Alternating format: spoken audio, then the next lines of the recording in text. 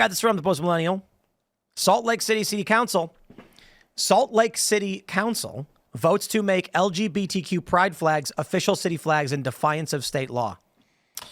How is it that these like areas that you'd expect to be largely conservative and religious are woke as a joke? I have no idea, but it blows my mind. Frederick, Maryland, which is like 30 minutes from here, they fly a communist flag on their city hall. Really?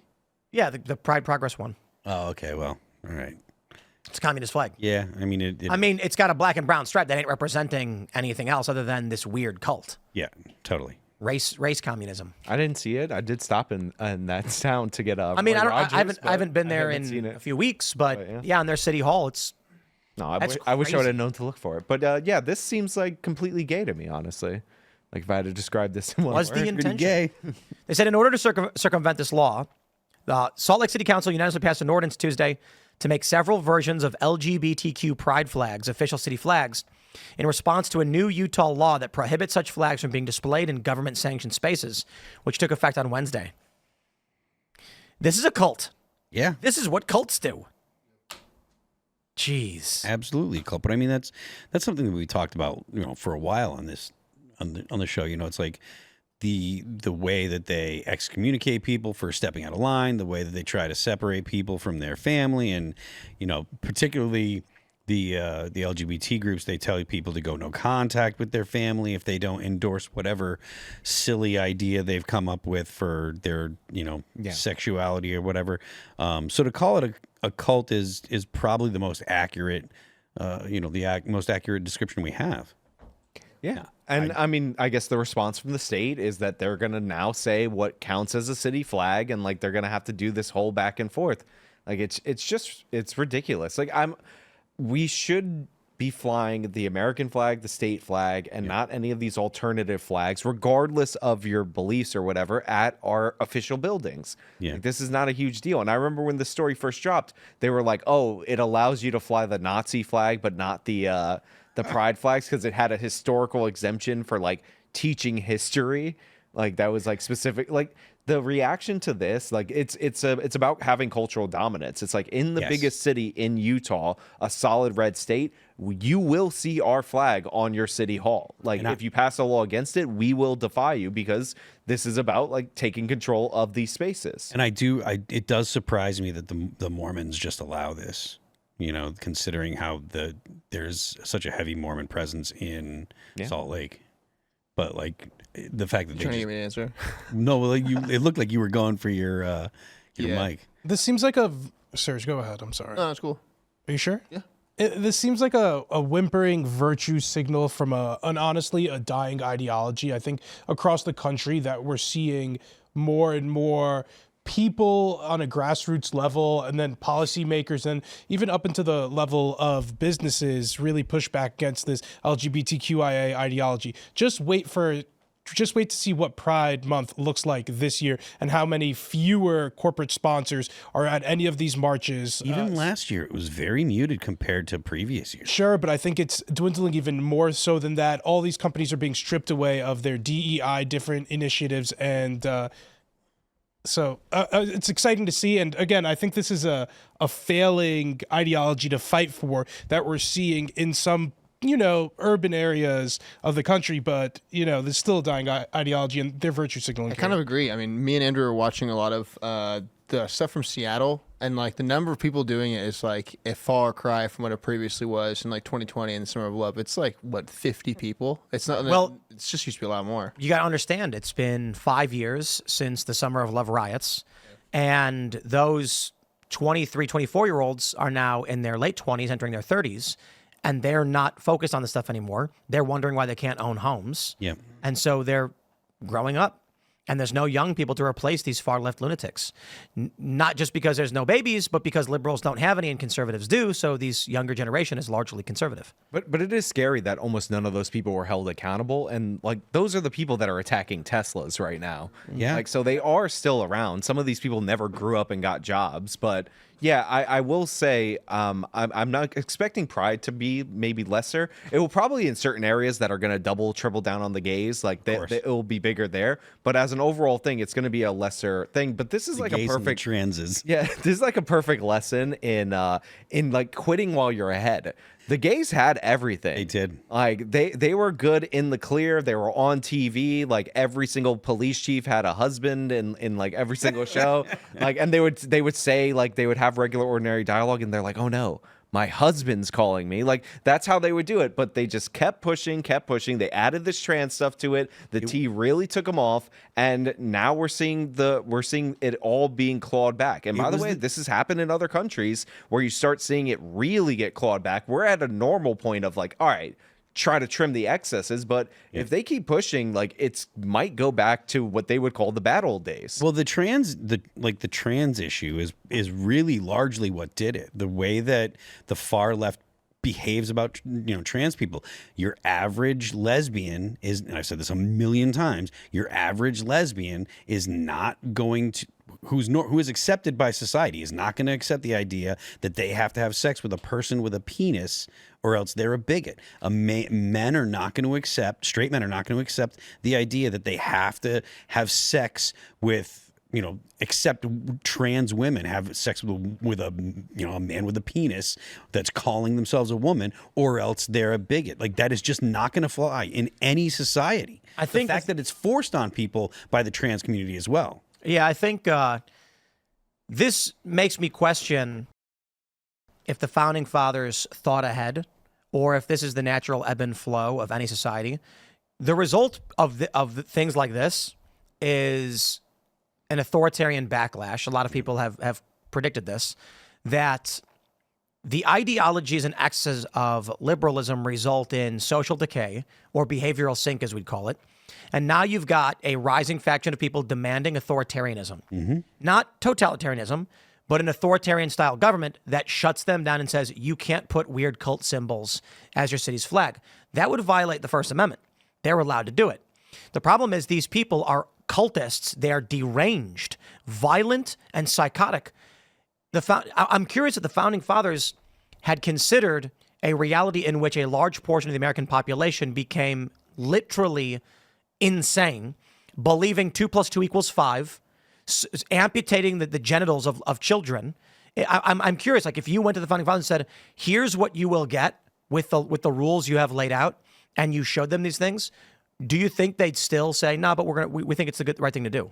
I think they did consider it. That's why. And by the way, I'm not one of these guys that's like repeal the 19th or whatever, but that's why they limited the franchise. Like, you had to own property. Like, you had to be shown to be competent in other areas before you were even able to vote. So, like, they did see that.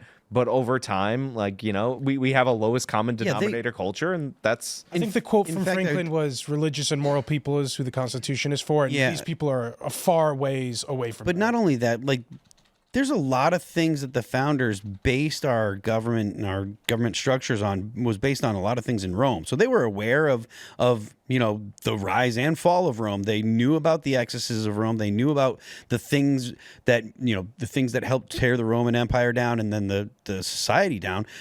So I don't think that they were unaware. And I think that, Sean, you made a great point. John Adams, rather. Yeah. I think, Sean, you made a great point that the reason they limited the franchise was because they saw what happened when Rome enfranchised all the people. Like, when everybody could vote, and started taxing everybody. That was one of the precursors of the fall of Rome. So I think one of the most fascinating things about this issue at this point in time is the political aspects of it, and that is that I think the Democrats are starting to realize it's a losing issue, and that's why many Democrats are pushing back less and less against Donald Trump when he brings out different executive orders that people would say is like equivalent to a trans genocide or what have you. Right now, Trump's come out with his ban against trans people in the military, ban against trans people in women's sports. I'd like to see him go even further, because he knows the more he harps on this issue, the Democrats struggle to defend it, and the progressives in the party still will. This is Trump's probably most popular issue that he has. This is probably an 80-20 issue for Donald Trump. I can't think of a more popular issue that he has on. He's second. Versus this is second to the Democrats. To the border.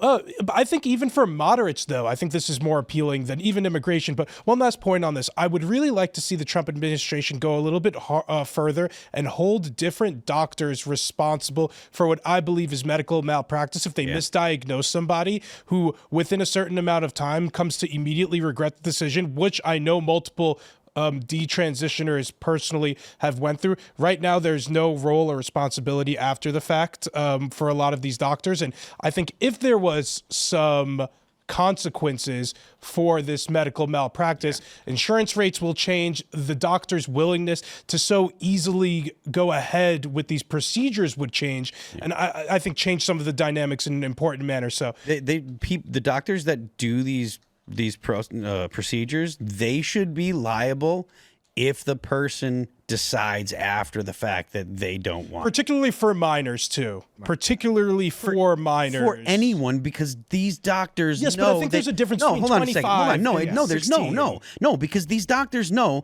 that you can't make a man into a woman. Like, you can't make a woman into a man.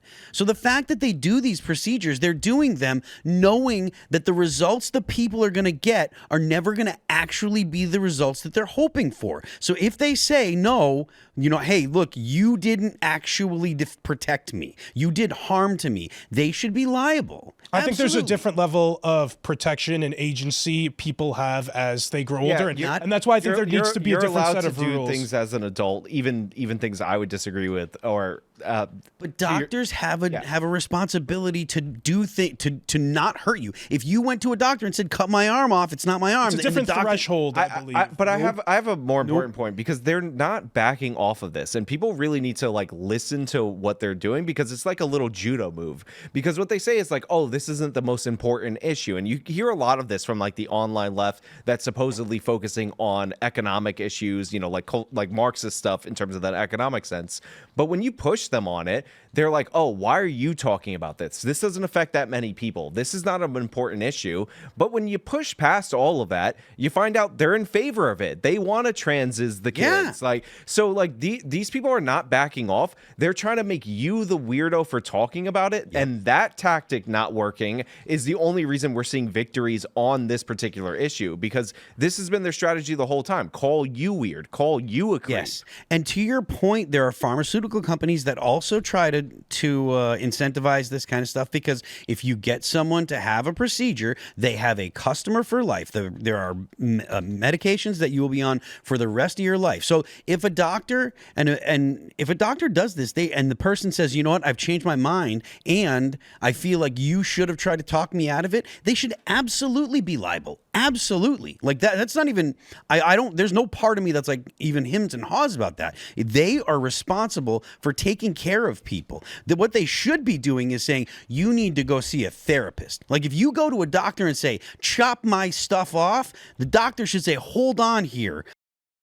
I'm going to refer you to a psychologist because you're absolutely crazy." But then the therapist will affirm, "Yes, that's a good idea. That's a good solution." That person should go to jail. Sean, do you think moderate, or let's say even the right-wing Democrats support this type of gender ideology stuff? Because if anything, I believe they don't actually, but are dragged to it by the progressives in their party, and forcing them to own it, I think, is where the political advantage comes from. Are we talking about the voters, or are we talking about the both voters and politicians? Because I think there's a part of the Democrat Party, the more centrist right-wing part, that still does exist in some small part. There were a couple of congressmen, I believe, who after the election came out and said, "Oh, this trans issue is killing us." I think politicians are largely not ideologically based, and they kind of go with the flow. And the flow isn't necessarily the general population. It's the leaders in the culture. There's a lot of transgender people in Hollywood. The reason that matters is because they're a huge donor to the Democratic Party. But Gavin Newsom is in favor of this stuff. He can go on Charlie Kirk and say, "Whoa, this is ridiculous. Who uses Latinx? I don't use that."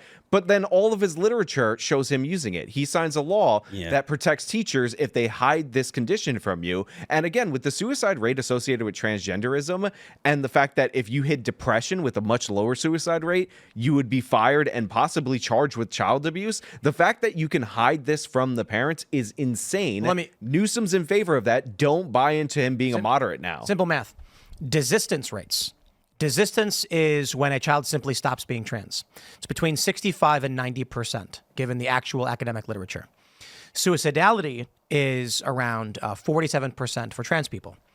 This means that there is a greater chance the child will not be trans and not be suicidal, and thus you are substantially increasing the risk of suicide by providing transgender treatments to children. Yep. Jail them. Put them in jail for this because this is all lying to kids. Okay, but sure, the problem is they vote for it. How do we function as a society when you have psychotic, deranged people marching around saying 2 + 2 = 5? I mean, they might as well look. The easiest way to explain that the liberal worldview is failed is 2 + 2 = 5, as a standard statement. Going around asserting that as if it's a fact. There is no logic. You're going. Imagine what happens when you then bring you expound upon that into government. You're sitting in a room and you're like, we have a wave of criminals that have crossed the southern border, and they are raping and murdering people. I say we deport them. The liberals then, applying their fractured, failed logic, goes, I know. One way we can stop the crime is to give them money and housing. And you go, wait, how will that stop the crime? What do you mean? Giving housing and money to criminal narco gang members will stop them from raping people. And then they vote for it, and then they do it, and then you get more rape. It's called arresting poverty, or deporting poverty in this case, where the real problem in criminality is the fact that people are just poor, and you use the perfect example that cuts to the heart of that I always use, which is rape. People are not raping because they're broke. That is not a thing that happens. AOC said that they're shooting each other in New York because they want bread. So true.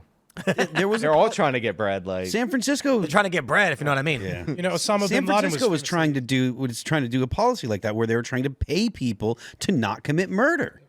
Yeah, it's the root cause fallacy. The idea that the best way to address something is to do it by the root cause, and even if poverty was the underlying root cause, and that was properly identified, that does not mean that the most efficient way to address criminality is to do that. I mean, the Great Society programs, all these welfare programs from the 60s, they tried to reduce poverty through government handouts. We had the greatest crime wave in American history immediately after their passage, and they only ended in the mid-90s when we did welfare reform and the crime bill. So we went the exact opposite direction, greatest crime drop in history. So yeah, it's you got a pipe burst in your basement. And you call a liberal plumber and a conservative plumber. Conservative plumber comes down and goes, there's water leaking out of that pipe into your basement. Shut the water off. And we go, makes sense. The liberal goes, what if we boil the water and turn the heat way up? And you're like, well, that will just put hot water in my basement. And they go, but some of it will evaporate. They just go, nope. 2 + 2 = 5. Oh, jeez. Illogical solutions to problems. We voted for it. It's going to keep happening. That will heat the home, and it will be more efficient than carbon. Yes. No, if we heat the water, hot water evaporates, so the water will stop. And you'll be like, but it'll just keep flowing into my basement. Nope, it'll evaporate. 2 + 2 = 5. And they stand by it. Thanks for checking out this clip from Timcast IRL. Make sure to watch the show live Monday through Friday at 8 p.m. Subscribe to this channel, and we will see you all there.